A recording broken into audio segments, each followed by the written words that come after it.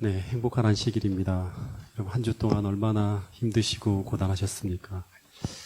이 주의 성전으로 오신 모든 분들에게 하나님의 은혜와 축복이 함께 하셔서 이 안식일 큰 평안과 또 행복과 또 축복들을 경험하게 되기를 간절히 바라겠습니다. 네, 오늘은 안식일이죠, 그죠? 지난 화요일부터 제가 이제 창세기 2장에 안식일에 대한 이야기를 쭉 나누고 있는데, 네, 꼭 같이 못 들으신 분들이 계신다면 방송을 통해서 한 번 더 잘 기억하셔서 얼마나 이 날이 중요한 날이고 또 이 날을 우리가 준비하며 보내는 것이 얼마나 중요한지를 한번 함께 공감할 수 있으면 좋겠습니다. 그 창세기 2장 시작에 보면 일곱째 날에 하나님이 하시던 일이 딱 마무리되어지자 끝나자 하나님이 이 일곱째 날을 어떻게 했는가 하면 첫 번째는 축복하시고 다음에 두 번째는 거룩하게 하시고 그리고 또 한 가지 이제 일을 하셨어요. 이게 뭔가 하면 하나님도 이날에 친히 안식하셨다. 이 세 가지의 의미가 개념이 상당히 중요한데 이 두 가지는 지난 화요일 날 좀 설명을 드렸습니다. 이 세 번째, 주님이 친히 안식하셨다고 하는 이 말씀이 되게 중요해요. 이 말이 어떤 말인가 하면 주님께서 이 안식일, 주님도 우리를 만나기 위해서 주님이 하시는 모든 일을 그쳤다는 의미는 어떻게 보면 인간의 시간 속으로 들어오는 개념인데 이게 뭐 하나님이 모든 일들을 중단했다는 건 아니에요. 그죠? 네. 하나님도 이 날을 친히 우리를 만나기 위해서 이 날을 구별하셔서 이 일곱째 날의 시간 속으로 들어오신다고 하는 거예요. 그러니까 어떻게 본다 그러면 이 세 번째 주님이 친히 안식하셨다는 이 말씀을 통해 우리가 기억해야 될 게 뭔가 하면 이 안식일은 주님과 우리가 그 교제하기로 한 날, 뭐 세속적으로 말한다 그러면 데이트하기로 약속한 날이에요.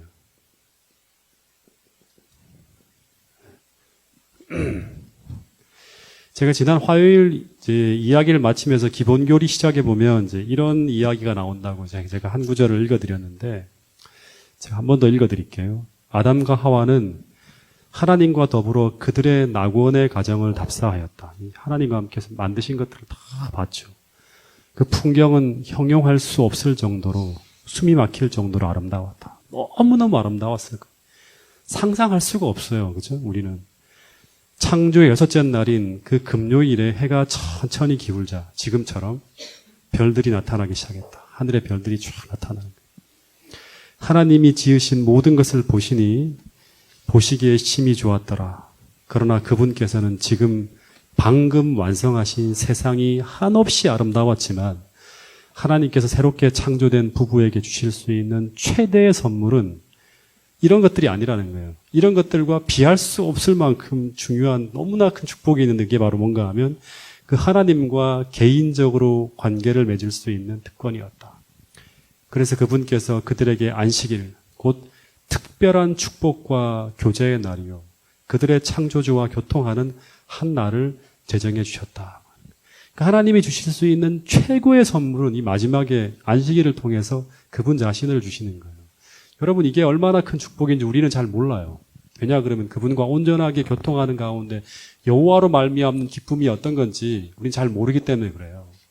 근데 아담과 하와는 당시에 하나님과 교제하면서 누렸던 그 안식일이 얼마나 행복한 날인지 그들은 기억하고 있을 거예요. 그래서 이 날은 하나님과 교제하기로 정한 날, 어떻게 본다면 사랑하는 두 존재가 함께 사랑의 교제를 하기로 약속한 날, 데이트하기로 약속한 날, 그 날이 바로 뭔가 하면 안식일이에요. 네.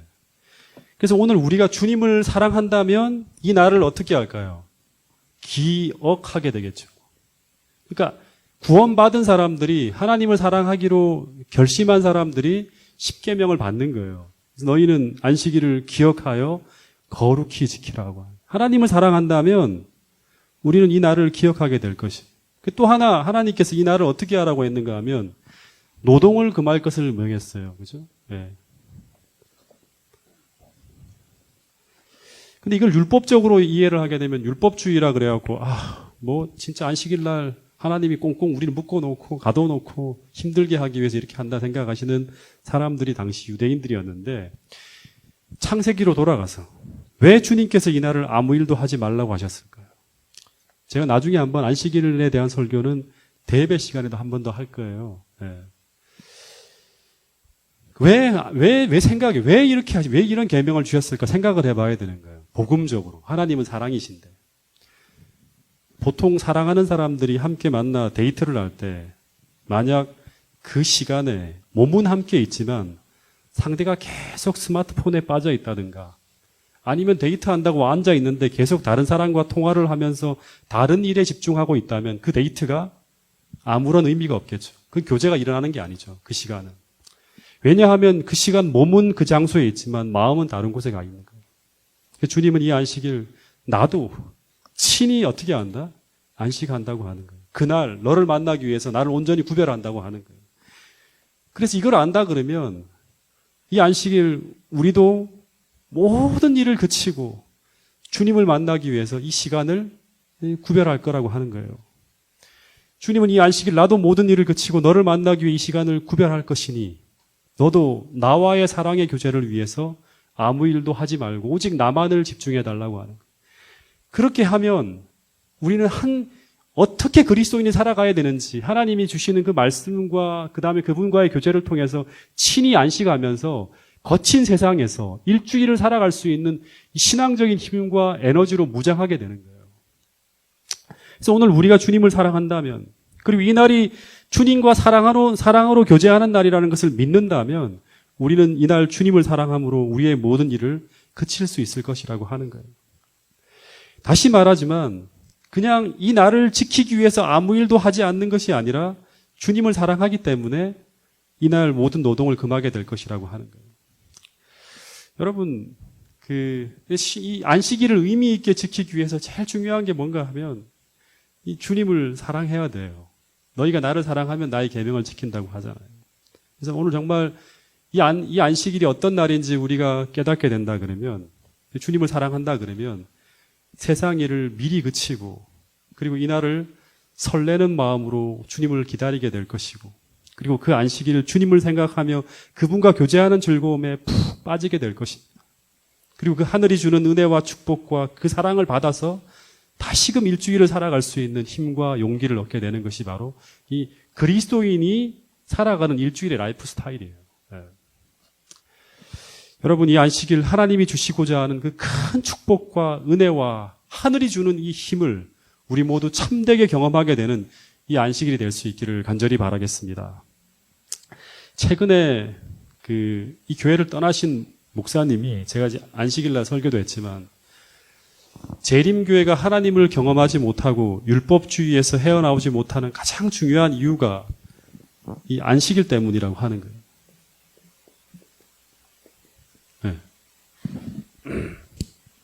네. 제가 지난주 목요일 날 또 1년 차부터 19년 차까지 다 모여서 이 부분에 대한 어떤 대책을 이제 회의를 하는 참석했는데, 그분의 주장이 한 20가지가 되는데 그 10가지 중에 하나가 이제 안식일 문제예요. 그래서 이 안식일을 우리가 버리지 못하면 우리는 결코 율법주의에서 벗어나지 못하게 되고, 그래서 하나님을 경험하게 되지 못하는 결정적인 것이 바로 이 안식일 때문이라고 주장을 해요. 네. 근데 여러분, 이것은 대기만입니다. 네. 여러분, 안식일은 율법이기 전에 축복의 선물이자 복음이에요. 네. 그래서 이런 주장을 우리가 이론으로 막아내는 것이 아니라, 어떻게 보면 오늘 하나님께서 우리에게 주신 이 모든 축복의 이야기들을 우리가 경험함을 통해서, 체험함을 통해서 참된 안식일 개혁 운동이 일어나야 돼요. 안식일이 날짜가 옳고 이론으로 싸우게 되면 결국엔 우리가 안식일 날 아무것도 의미가 없는 날로 매일 보내게 되면 그 말이 통하는 거예요. 율법주의로 흘러가는 거예요. 율법주의라는 게 뭐예요? 그리스도가 없는 가운데 율법을 지키는 거예요. 그러니까 이 안식일은 우리에게 큰 축복으로 체험을 통해서 하나님이 누리라고 주신 쉼과 안식과 평안을 경험하게 되는 날이 바로 안식일이에요. 그래서 다시 말하지만 이 안식일 우리가 잘 준비해서 이날 그분을 만나고 경험하며 정말 참된 안식과 평안을 경험하는 그 축복의 날로 만들어내야지만 우리를 기만하는 이런 이슬에 우리가 휩쓸리지 않게 되고 교회를 지켜낼 수 있게 되는 것입니다. 여러분, 다시 말하지만 모든 신앙의 중심이 안식일이에요. 그리고 이 안식일, 이 교리 속에 뭐가 담겨 있나? 믿음으로 말미암은 의부터 시작해서 하나님이 주시고자 하는 무수한 축복들이 담겨 있습니다.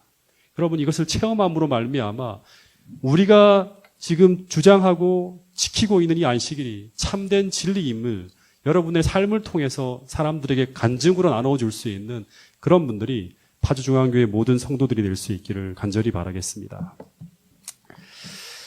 창세기 1장부터 시작된 이야기가 이제 일곱째 날 안식일 이야기로 끝이 나고 새로운 이야기가 4절부터 이제 시작이 됩니다. 그 1장 이야기는 이제 연대기적으로 쭉 이어집니다. 연대기적으로.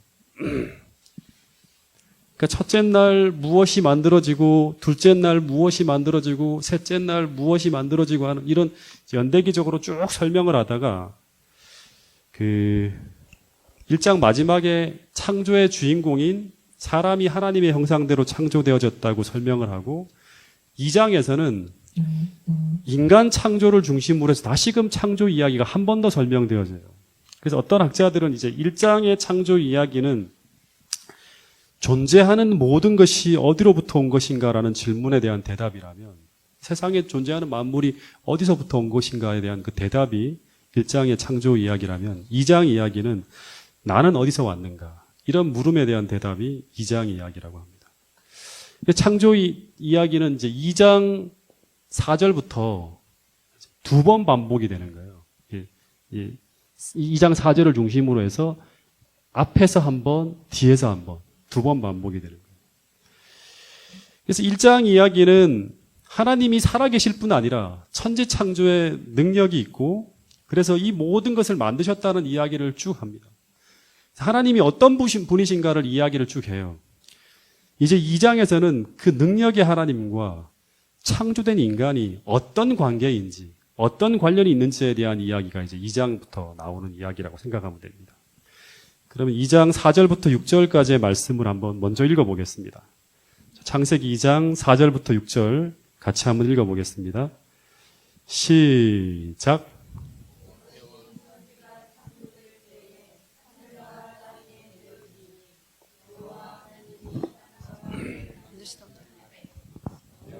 하나님이 땅에 비를 내리지 아니하셨고 땅을 갈 사람도 없었으므로 들에는 초목이 아직 없었고 밭에는 채소가 나지 아니하였으며 안개만 땅에서 올라와 온 지면을 적셨더라. 예, 지금 마이크 소리가 끝에 잘 들리나요? 뒤에 잘 들려요? 잘 들리죠? 네. 제가 얼마 전에 교회에서 목사에게 바라고 싶은 점에 대한 이제 설문조사를 좀 한 내용들을 오늘 또 한 번 읽어봤어요. 근데 이제 그 내용 중에 어떤 내용이 나오는가 하면 어떤 분이 우리가 구원을 받아 가게 되는 그 하늘나라에 대해서 알고 싶다는 이야기를 설교로 부탁하는 이제 그 글을 읽었습니다. 근데 성경에서 우리가 하늘에 가서 어떤 모습으로 살아갈 것인지 그리고 하늘이 어떤 곳인지 가장 잘 보여주는 이야기가 어디인가 하면 창세기 2장 이야기입니다. 네. 에덴 동산에 대한 이야기. 에덴이라는 말이 어떤 의미를 담고 있나요? 에덴. 이 의미를 아세요, 혹시? 에덴. 이 에덴이라는 말의 의미가 바로 뭔가 하면 기쁨, 즐거움이라는 뜻이에요. 네. 그래서 에덴에서 우리가 잃어버린 기쁨, 그 행복들이 어떤 것들인지를 한번 찾아보면 우리가 하늘 가나안에 들어가서 살게 될 때 우리가 어떤 삶을 살게 될 것인지를 알 수 있다고 하는 거예요. 네. 먼저 이제 5절, 6절에 보면 이제 이때가 그 창세기 1장의 연대기적으로 표현한 어떤 그런 글을 본다 그러면 5절, 6절의 내용이 첫째 날부터 여섯째 날까지 중에서 몇째 날쯤 될까요? 그러니까 여호와 하나님이 땅에 비를 내리지 아니하였고 땅을 갈 사람도 없었으므로 들에는 아직 초목이 없었고 밭에는 아직 채소가 나지 아니한 때라고 합니다. 예. 이 이야기를 본다 그러면 이 상황은 아직 사람도 없고 초목이나 식물도 없죠. 초목이나 식물이 언제 만들어지죠? 셋째 날 만들어지죠. 셋째 날 아침, 아직 식물이 창조되기 전 셋째 날 아침쯤에 어떤 그런 이야기입니다. 근데 5절에 보면 어떤 사람이 뭘 하는 사람인가 하면 사람은 땅을 갈 사람이에요. 땅을 가는 사람이라고. 이 기사를 본다 그러면 아담은 죄를 짓기 전에도 뭘 했다? 노동을 했다는 거죠. 그러니까 우리가 하늘나라 가서도 노동을 하게 될까요? 안 하게 될까요? 맨날 빈둥빈둥 놀면서 그냥 선악과 따먹고 막 이러면서 살까요? 아니면 하늘나라 가서 일을 하게 될까요? 네? 어떻게 보내게 될까요? 하늘나라 가서도 노동을 합니다. 그 죄 없는 세상에서도 아담은 일을 했어요. 땅을 경작하면서. 15절에도 보면 여호와 하나님이 그 사람을 이끌어 에덴 동산에 두어서 그걸 어떻게 한다? 그것을 경작하며 지키게 하시고라는 말이 있습니다. 그러니까 이 경작하다라는 단어가 그 히브리어로 아바다라고 하는데 이 단어가 일하다라는 의미예요.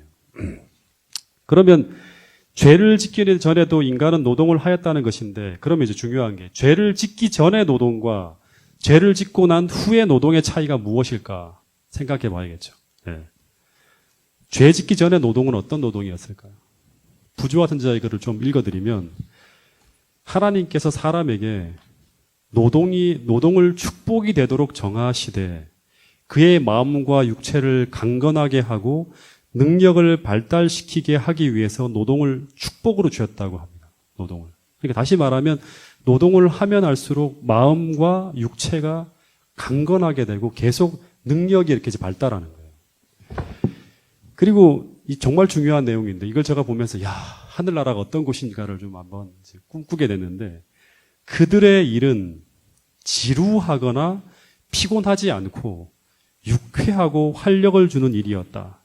지적, 육적 활동에서 아담은 그의 경건한 생존의 최고의 쾌락 중의 하나를 노동을 통해서 발견했다고 합니다.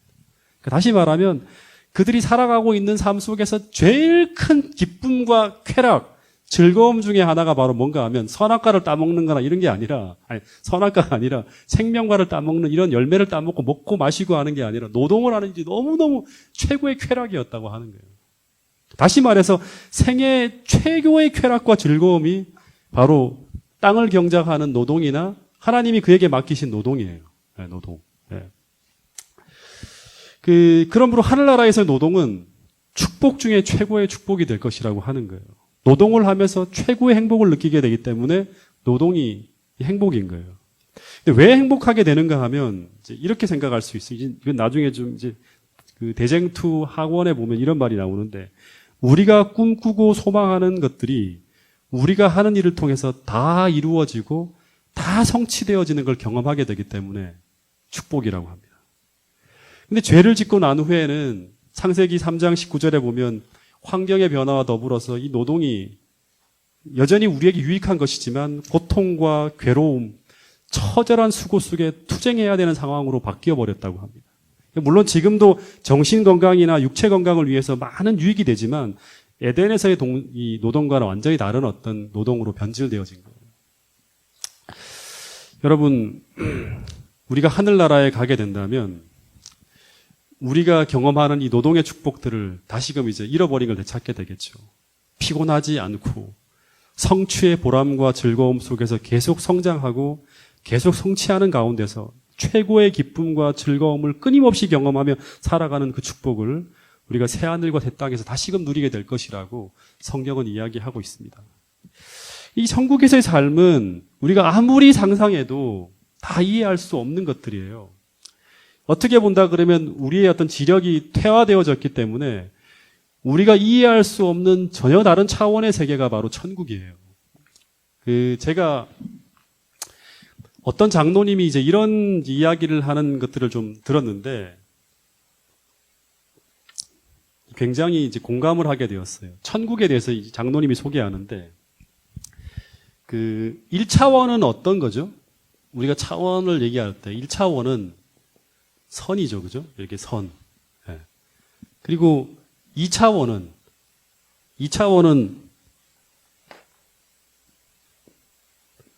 면이라고 하죠. 그죠? 예. 그러면 3차원은 뭐죠? 우리가 사는 세계 3차원이잖아요. 입체잖아요. 예. 예. 그리고 4차원은 우리가 몰라요. 왜냐, 그럼 우리가 3차원에 살고 있기 때문에 4차원은 어떤 개념인지 몰라요. 근데 그 장로님이 설명하는데 1차원은, 2차원은 이제 1차원 같은 경우는 2차원의 그림자라고 합니다. 1차원은 2차원의 그림자, 면의 그림자가 이 선이라고 합니다. 그리고 2차원은 3차원의 그림자래요. 그죠? 입체의 이제 그림자가 딱 비치면 면만 보이잖아요. 그죠? 그러면 3차원은 4차원의 그림자일 것이다. 이렇게 이제 생각을 하시더라고요. 근데 4차원은 이 3차원의 그림자라는 것을 어떻게 상상해 볼 수 있는가 하면 우리가 상상하고 생각하는 그것이 실현되어지는 차원이라고 합니다. 예. 그래서 천국에 살 사람들은 이제 절대 나쁜 생각을 하면 안 된대요. 왜냐 그러면 그 생각이 실현되어지고 이루어지는 곳이 바로 천국이기 때문에. 내가 어디를 가고 싶다고 하면 바로 그곳으로 이동이 가능합니다. 예. 가장 높은 생각, 가장 고상한 꿈과 소망이 실현되어지고 이루어지는 곳, 그곳이 바로 뭔가 하면 천국이라고 하는 거예요. 노동을 우리가 일하기만 하면 다 이루어질 수 있는 거예요. 근데 우리의 생각이나 우리의 마음이나 우리의 모든 품성이 하나님을 닮아 있잖아요. 그 모든 것들이 다 고상한 것들이 다 이루어지는 거예요. 대쟁투 학원 이제 677페이지에 보면 이런 글이 있습니다. 모든 능력과 재간은 증가되고 발달된다. 지식을 얻는데 두뇌가 필요해지거나 정력이 소모되는 일이 없다. 가장 큰 기도도 실행되고 가장 높은 희망도 실현될 것이다. 그럴지라도 거기에는 여전히 정복해야 될 새로운 높은 봉우리, 경탄할 수밖에 없는 새로운 경이, 이해해야 될 새로운 진리, 마음과 몸과 영의 능력을 다 기울이게 하는 새로운 연구 대상들이 있는 곳이 바로 어딘가 하면 천국이라고 하는 거예요. 그래서 끊임없이 자라가고 끊임없이 성장하는 그곳이 바로 천국이고 그곳이 바로 우리가 잃어버렸던 에덴의 축복이라고 하는 것입니다. 그래서 끊임없이 우리로 하여금 설레게 만드는 곳, 그곳이 어떻게 본다 그러면 천국이라고 할 수 있는 곳입니다. 여러분 그곳에서 한번 이걸 상상하는 것이 아니라 그것이 실현되어지는 그 재림의 날 주님과 함께 그날 그 4차원의 세계 속으로 들어가서 정말 하나님과 함께 더불어서 이루는 그 놀라운 행복들을 우리 모두가 경험할 수 있게 되기를 간절히 바라겠습니다. 이 7절에 보면 이제 그 인간 탄생에 대한 이야기가 나오는데 이거는 제가 지난번에 하나님의 형상에 대한 부분들을 이제 동물과 비교하면서 설명을 했기 때문에 간단하게 좀 정리하고 넘어가도록 하겠습니다.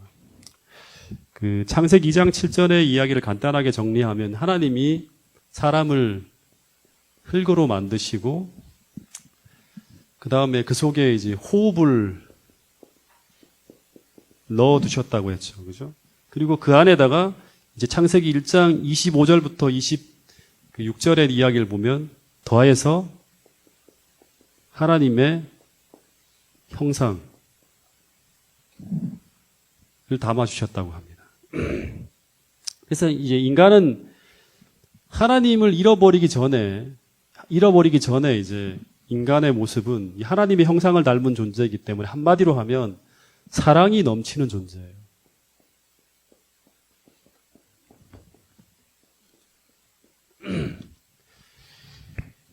그래서 아담과 하와가 하나님의 사랑으로 이제 서로 이제 사랑하고 또 하나님을 사랑하고 서로 교제할 때 한번 생각해 보세요. 얼마나 행복한 시간을 보냈을까 한번 생각해 보세요. 우리가 지금은 하나님을 정말 하나님이 주시는 사랑으로 다 사랑을 하지 못해요. 근데 정말 우리가 하나님이 주시는 사랑이 고스란히 우리의 마음에 담겼을 때 정말 충만한 사랑으로 정말 이타적으로 우화적으로 함께 사랑하며 교제할 때 그때 그 사랑하는 사람을 생각만 해도 떠올리기만 해도 우리는 어떤 마음이 들까요? 막 행복이 막 밀려오는 거겠죠. 예. 하와를 생각만 하더라도 하나님을 생각만 하더라도 막 행복이 밀려오는 거예요. 그게 이제 사랑으로 사랑으로 서로 관계되어졌을 때 이르러 오는 기쁨이에요. 그래서 그런 사랑으로 서로가 서로를 사랑하고 있다고 느낄 때 그 하나님을 생각만 해도, 그리고 그 아담과 하와가 서로를 생각만 해도 너무나 기쁘고 행복한 그곳이 바로 어떤 곳인가 하면 하나님의 형상을 갖고 에덴에 살아갈 때 인간들의 모습이었다고 하는 거예요. 근데 이런 관계가, 이런 사랑의 관계가 생각만 해도 막 행복해지고 서로 막 이렇게 가까이 교제하고 싶은 그런 그 관계가 사방팔방으로 이어져서 이 세상에 충만한 곳, 그곳이 바로 어떤 곳인가 하면 우리가 하늘에 가서 살게 될 하늘나라라고 하는 거예요. 전부 다 사랑으로 연합되어져 있는 거죠. 그래서 우리가 다시금 이 하나님의 형상인 하나님처럼 사랑하는 사람으로 회복되어진다면 하나님을 사랑하고 사람을 사랑하며 인간이 경험할 수 있는 최고의 기쁨과 최고의 행복을 우리가 그 하늘나라에서 다시금 경험하게 될 것이라고 합니다. 그곳이 바로 천국이라고 하는 거예요. 그래서 우리가 에덴에서 잃어버린 기쁨이 첫 번째는 노동의 기쁨이 있고 두 번째는 하나님의 형상으로 사랑의 형상을 통해서 하나님과 사람을 무화적으로 사랑하게 될 때 얻는 기쁨과 행복이에요. 이걸 우리가 아직까지 경험하고 있지 못해요. 이런 모든 것을 회복하게 되는 곳이 바로 천국이라고 합니다. 조금 더 나가서 8절부터 15절까지 에덴 동산이라는 환경이 어떤 모습인지 희미하게 그려주고 있는 이야기가 나오는데 한번 좀 읽어보도록 하겠습니다. 창세기 2장 8절부터 15절까지의 말씀 한번 같이 읽어보겠습니다. 시작.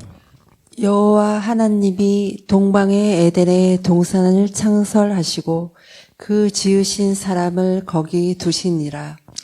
여호와 하나님이 그 땅에서 보기에 아름답고 먹기에 좋은 나무가 나게 하시니 동산 가운데에는 생명나무와 선악을 알게 하는 나무도 있더라. 강이 에덴에서 흘러나와 동산을 적시고 거기서부터 갈라져 네 근원이 되었으니 첫째의 이름은 비손이라. 금이 있는 화일라 온 땅을 둘렀으며 그 땅의 금은 순금이요 그곳에는 베들리엄과 호마노도 있으며 둘째 강의 이름은 기온이라. 구스 온 땅을 둘렀고 셋째 강의 이름은 힛데겔이라. 아수르 동쪽으로 흘렀으며 넷째 강은 유브라 되더라. 여호와 하나님이 그 사람을 이끌어 에덴 동산에 두어 그것을 경작하며 지키게 하시고. 예. 이 장면이 이제 에덴 동산의 모습 중에서 일부의 모습을 이제 환경적으로 쭉 그려지고 있는 모습을 볼 수 있습니다. 그 핵심적으로 몇 가지를 설명하고 있는데 에덴 동산의 중앙에는 뭐가 있다? 이제 생명나무와 선악을 알게 하는 나무가 있었다. 이 이야기는 이제 다음 주 화요일쯤에 제가 설명을 드릴게요. 그리고 에덴 동산의 중앙에는 에덴 동산의 중앙으로부터 4개의 강이 흘러갔다고 합니다. 에덴 동산이 이제 여기 있으면 이제 이쪽으로부터 이 4개의 강이 이렇게 쭉 동서남북으로 흘러가는 거예요. 근데 이게 첫 번째 이름이 뭔가 하면 비손이라는 강이라고 합니다. 근데 이게 하월라 땅으로 막 흘러가는데 그곳은 하월라 땅은 금으로 막 뒤덮여 있는 그러한 곳이라고 그러고요. 그리고 두 번째는 기혼인데 근데 이건 구스 땅으로 흘러갔다 그럽니다. 이 구스라고 하면 지금 아프리카 쪽을 말하겠죠. 그죠? 그리고 세 번째 강은 어떤 강이죠? 힛데겔이라는 강이 있어요. 근데 힛데겔 많이 들어보지 않았나요? 다니엘 10장 4절에 보면 이제 이 힛데겔은 그 아수르 동쪽으로 흐르던 티그리스 강이에요. 그 명칭과 같은 명칭이에요. 또 하나의 강이 네 번째 강이 무슨 강이다? 유브라데죠, 그죠? 근데 유브라데는 어디에 흘러가는 강인가요? 계시록을 공부하신 분들은 알아야죠. 계시록 16장에 보면 그 예수님이 이제 쭉 이 땅에 오실 때 그 이 유프라테스 강이 말라버리는 거예요. 그렇죠? 그리고 바벨론이 무너지고 그리고 예수님이 재림하시는 장면으로 끝이 납니다. 그래서 유브라테스 강은 그 바벨론의 젖줄과 같은 바벨론 도시를 흘러가는 그런 강이었어요. 근데 이 강들의 지명이 같을지라도 이제 실제 노아 홍수가 대격변이 일어났잖아요. 그렇죠? 지금과 전혀 다른 지리적 형태를 갖추고 있기 때문에 이런 지명들이 의미가 없을 수도 있어요. 그때 따서 이렇게 이제 후에 붙였을 수도 있기 때문에. 근데 이제 학자들은 이 명칭들을 통해 추론하건대 에덴 동산이 현재 메소포타미아 그쪽 지역일 것이라고 학자들이 추론한다고 합니다. 왜냐 그러면 이 두 강이 다 거기 명칭이 그대로 있고, 그 다음에 구스 땅으로 흘러가는 어떤 그런 지리적인 모든 형태가 아마 그쪽 메소포타미아 그쪽이 아마 그 에덴 동산이 있었던 곳이 아닐까라고 얘기한다고 합니다. 근데 하나님이 동방에다가 이렇게 아름답고 멋진 에덴 동산을 만들어서 아담과 하와에게 선물로 이 에덴 동산을 주셨다고 하는 거예요. 그 동산이라고 할 때 이 동산이라는 단어가 이제 히브리어로 간이라는 단어를 쓰는데 어떤 울타리로 둘러진 정원이라고 해요. 예. 근데 이 에덴 동산에서 이 동산에서 어떤 용어가 만들어지는가 하면 파라다이스라는 용어가 만들어집니다. 예. 파라다이스. 낙원이라는 이제 단어죠. 예, 낙원. 그러니까 죄악이 없는 곳, 악이 그림자조차도 없는 곳, 하나님의 영광이 충만하게 있는 곳, 하나님과 하나님의 형상으로 지어진 인간들이 평화로운 동산에서 하나님의 마음으로 서로 사랑하며 교제하는 그런 곳이, 그런 마음들이 있는 곳이 바로 에덴이고, 그곳이 바로 우리가 살게 될 하늘나라라고 합니다. 근데 이 에덴 동산이 언제까지 지상에 있었을까요? 아시는 분? 언제까지 지상에 있었죠? 네? 네, 집사님. 홍수 전까지, 그러니까 범죄 이후에도 계속 지상에 남아 있었다고 합니다. 죄악의 조수가 온 세상을 휩쓸었고 사람들의 악행이 홍수로 말미암아 그들의 멸망을 결정지었을 때 에덴을 창설하신 손이 그것을 지상에서 철수시켰다고 합니다. 부조화 선지자 60페이지에 나오는 말씀입니다.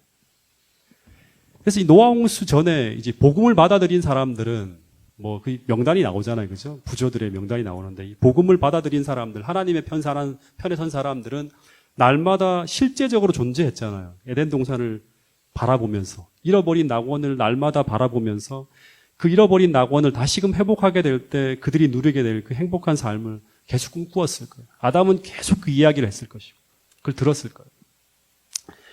근데 여러분 이제 마지막으로 하나만 좀 더 설명을 할 텐데요. 이 에덴 동산이 기쁨의 동산이라고 하는데 이 기쁨의 동산, 이것이 낙원이 될 수 있기 위해서 그들이 계속 기쁨을 경험했겠죠. 그죠? 네. 근데 이 기쁨이 어떤 기쁨이었을까요?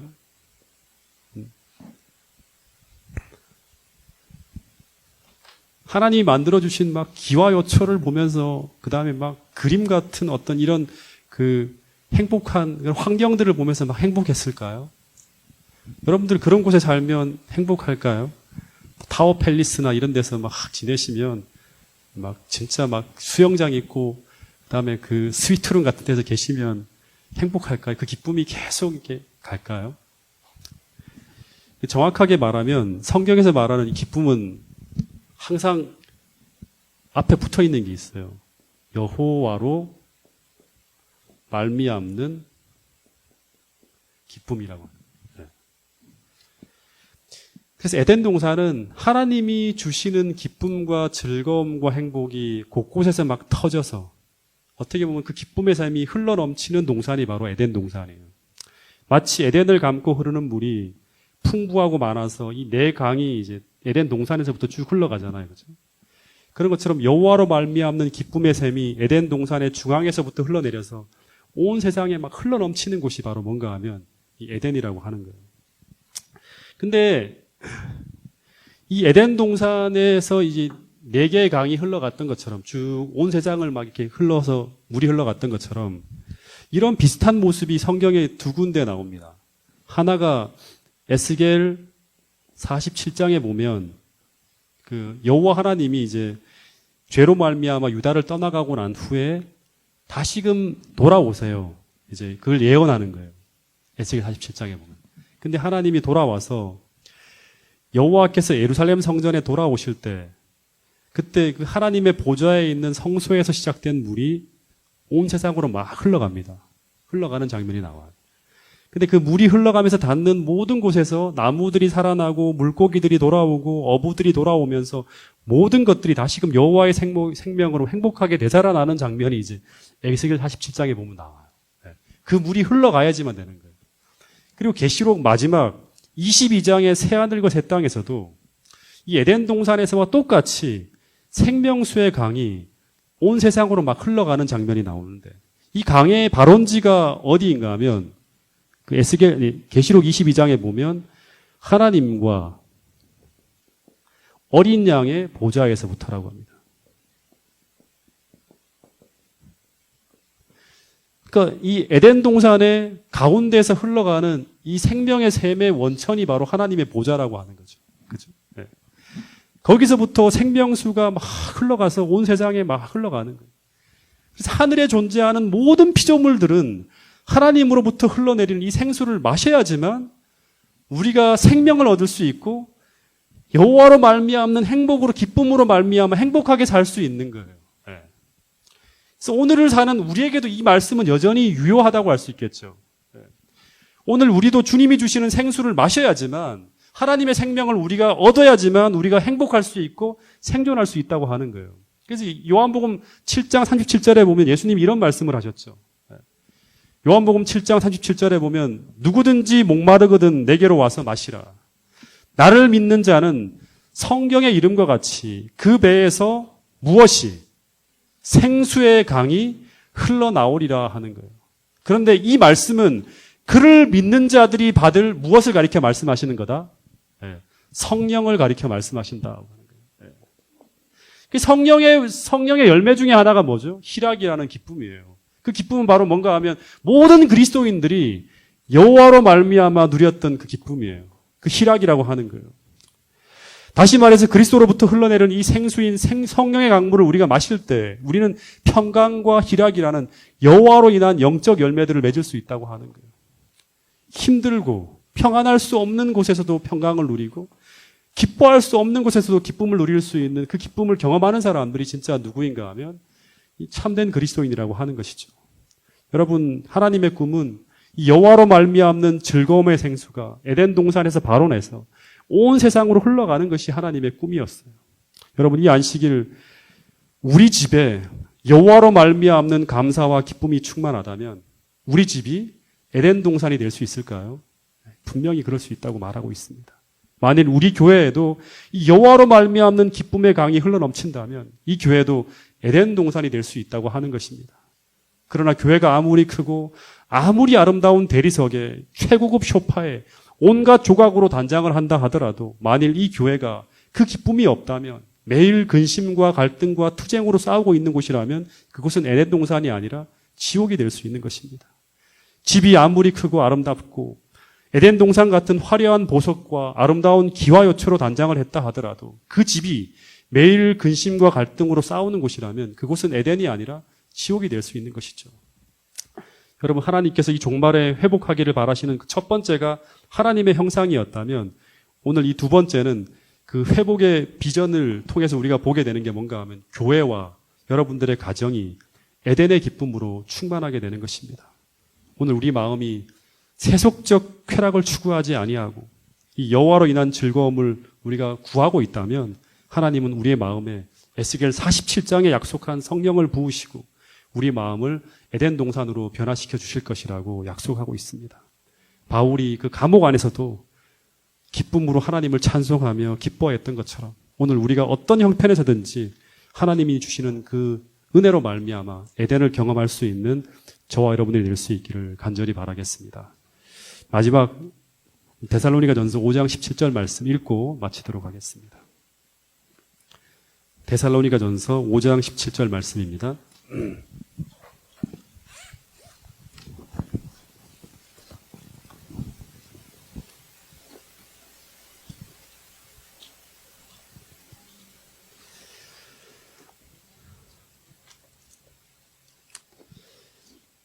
자, 5장 16절부터 우리 18절까지 한번 읽어보겠습니다. 시작. 항상 기뻐하라. 쉬지 말고 기도하라. 범사에 감사하라. 이것이 그리스도 예수 안에서 너희를 향하신 하나님의 뜻이니라. 예, 항상 기뻐하라고 하죠. 그죠? 쉬지 말고 기도하라. 범사에 감사하라. 이것이 그리스도 예수 안에서 너희를 향하신 하나님의 뜻이니라. 이 말씀이 여러분의 마음에서 꼭 작동되어지는 이 안식일이 될 수 있기를 간절히 바라면서 오늘 말씀을 줄이도록 하겠습니다.